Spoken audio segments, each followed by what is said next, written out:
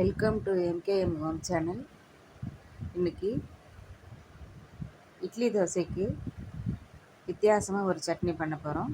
அது என்னென்னு பார்த்தீங்கன்னா முட்டைக்கோசு சட்னிங்க. முட்டைக்கோசை பொரியல் பண்ணியிருப்போம், கூட்டு பண்ணுவோம். சட்னி அரைச்சி சாப்பிட்டு பாருங்கள்.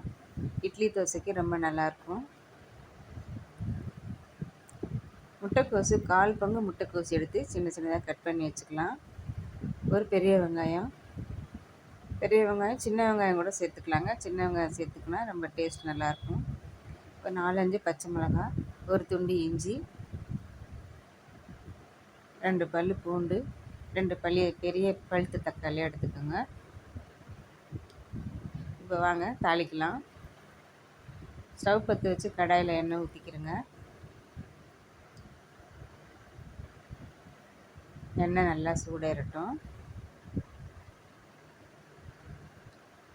எண்ணெய் சூடானதும் ஒரு 4 வரமிளகாய் போட்டுக்கிறேங்க. உங்களுக்கு காரத்துக்கு ஏற்ற மாதிரி மிளகாய் போட்டுக்கோங்க. ஏன்னா பச்சை மிளகாய் வேறு போட்டிருக்கோம். ரெண்டும் சேர்ந்து கலந்து சட்னி அரைக்கும்போது டேஸ்ட்டு நல்லாயிருக்கும். மிளகாய் வெந்து வந்ததும் கடலைப்பருப்பு போட்டுக்கிடலாம். கடலைப்பருப்பு ரொம்ப கருக விட்டுறக்கூடாது. பொன்னிறமாக செவந்து வர அளவுக்கு வறுத்துக்கினா போதும். கொஞ்சமாக உளுத்தம்பருப்பு போட்டுக்கலாம்.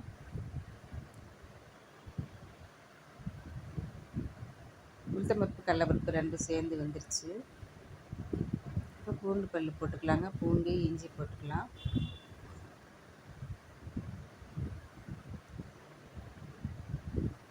அப்படியே லேசாக பரட்டி விடுங்க.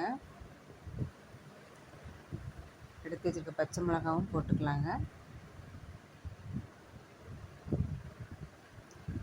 வெங்காயத்தையும் போட்டு கண்ணாடி பதத்துக்கு வெங்காயத்தை வதக்கினா போதும். ரொம்ப வதக்கக்கூடாது.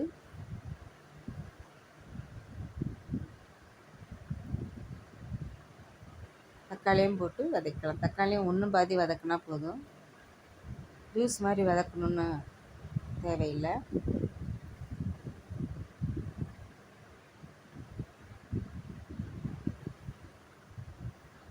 ஒரு அரை நெல்லிக்காய் சைஸ் அளவு புளி சேர்த்துக்கிறேங்க. கண்டிப்பாக புளி சேர்க்கணும். புளி சேர்த்து அரைச்சாதான் முட்டைக்கோஸ் சட்னிக்கு நல்லாயிருக்கும்.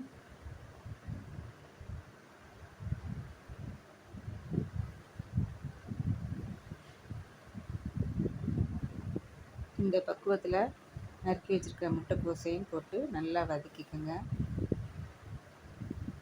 இந்த சேனலை முதல் முறையாக பார்க்குறவங்க சப்ஸ்கிரைப் பண்ணிக்கோங்க. வீடியோ பிடிச்சிருந்தால் லைக் பண்ணுங்கள், ஷேர் பண்ணுங்கள். இப்போ முட்டைக்கோசு நல்லா வதக்கணுங்க. இப்போ சட்னிக்கு தேவையான உப்பை போட்டுக்கிடலாம். உப்பு போடுறதுனால முட்டைக்கோசும் சேர்ந்து நல்லா வெந்து வந்துடும். ஒரு 2 நிமிஷம் தட்டு போட்டு மூடி வச்சுக்கலாங்க. மூடி வச்சு போட்டால் நல்லா சீக்கிரமாக வெந்து போயிடும். நல்லா வெந்துருச்சு பாருங்கள்.